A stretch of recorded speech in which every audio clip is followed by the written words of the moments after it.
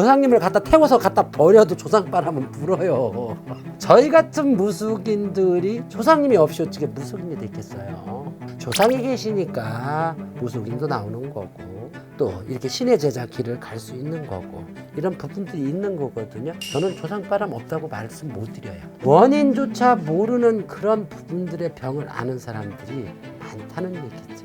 헛소리하면 미쳤죠. 그죠? 죽으려고 하면 미친 거예요. 근데 왜 죽으려고 하는 사람을 갖다 정신과 약을 먹일까?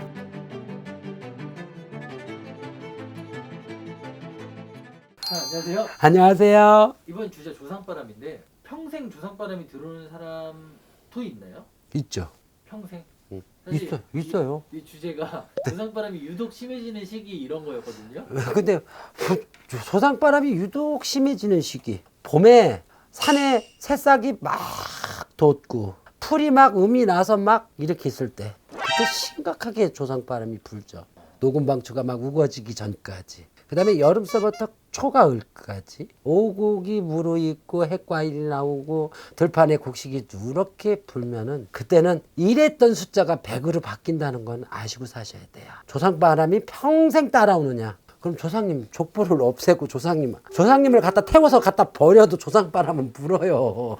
저희 같은 무속인들이 조상님이 없이 어떻게 무속인이 됐겠어요. 조상이 계시니까 무속인도 나오는 거고 또 이렇게 신의 제자 길을 갈 수 있는 거고 이런 부분들이 있는 거거든요. 저는 조상바람 없다고 말씀 못 드려요. 조상바람의 그럼 증상은 뭐예요, 선생님? 여러 가지 수천 가지죠. 수백 가지, 수천 가지, 수만 가지라고 저는 말씀을 드리고 싶습니다. 사람이 첫 번째 조상바람이 불기 시작하면 가장 무서운 게 집안의 우환이에요. 우환이 도둑이라고 그러시잖아요.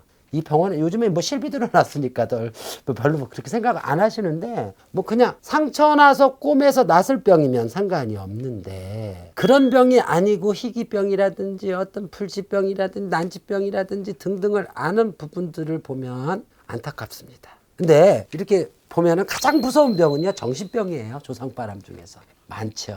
엊그저께 텔레비를 잠깐 봤는데 40만 명이 20, 30대 청년들이 40만 소년 청년들이 40만 명이 운둔형 외톨이래요. 이것도 문제가 있는 거거든요, 사실. 근데 그게 무서운 병이거든요. 근데 제가 이제 이거 유튜브를 찍으면서 사람들한테 많은 방법을 일러주고 진단하는 방법을 일러줬거든요. 신병과 조상바람과 귀신병은 틀리거든요. 신이 온 사람은 신을 받으면 나아요. 조상바람을 조상을 잘 달래서 진우기를 하고 천도를 하고 원인 규명을 해서 해주시면 또 그분도 낫거든요. 근데 원인조차 모르는 그런 부분들의 병을 아는 사람들이 많다는 얘기죠. 헛소리하면 미쳤죠. 그죠? 죽으려고 하면 미친 거예요. 근데 왜 죽으려고 하는 사람을 갖다 정신과 약을 먹일까? 그죠? 잠을 못 자는 병도 여러 가지의 원인에서 잠이 안 오는 것도 있거든요. 제가 아시는 선생님 중에 무속인이 되기 전에 머리가 너무 아프고 머리가 깨지고 톱질하는 거는 마냥 아프시다 그래서 병원을 가서 진찰을 했는데 아무 이상이 없다. 그럼 뭐라고 하셔요, 선생님들은? 신경성이고 너무 과민하게 스트레스를 많이 받으시나 봐요. 근데 그분은 스트레스 받을 일도 없어. 그런 것도 없는데 나는 아파. 그럼 진통제도 안 들어요. 그러면은 어디 가서 하세요? 근데 그분이 신을 받고 자기는 못 불려도 이 머리 안 아파서 살 것 같다.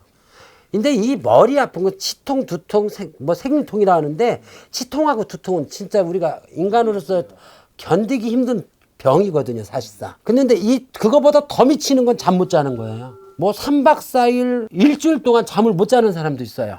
그분들은 수면제를 버티다 이제 수면제까지도 안 듣는 거야. 뭘로 재우실 거야 그분? 그럼 마취하는 것밖에 없잖아. 프로필 나와가지고 그냥 자게끔 해주는 거잖아요. 그거를 현대의학에만 의존하려고 하지 마시고 원인과 규명을 잘 정해서 판단을 해서 치료를 받으시는 것도 나쁘지는 않아요. 잘 하셔야 돼. 조상이 건드리느냐 신이 건드리느냐 아니면 악기가 와서 뜬기가 와서 건드리느냐 아니면 나무를 벼서 목신이 그러느냐 철물을 잘못 건드려서 철물에서 그러느냐 흙을 잘못 만져서 흙에서 그러느냐 집을 이사를 잘못해서 성주에서 그러느냐 아니면 똥뚝 화장실에서 그러느냐 이런 규명을 잘 파악해서 원인을 파악해서 어떤 행위를 했을 때는 효과는 100%가 온다는 거죠. 조상이 와서 그러는지 신이 와서 그러는지 어떤 동법이 나서 그러는지 아니면 미물 그러니까 우리가 생각지도 못한 아버지 할아버지가 쪽제비를 죽여서 그럴 수 있다든지 아니면 뱀을 죽여서 그렇다든지 아니면 집을 잘못 쳐서 집에서 그런다든지 이런 거를 원인 규명을 잘 해서 조상바람, 신바람, 무병의 치료, 어떤 질병의 치료를 파악해서 치료를 하셔야만이 좋은 무속인 선생님이 되신다는 거죠. 네, 감사합니다.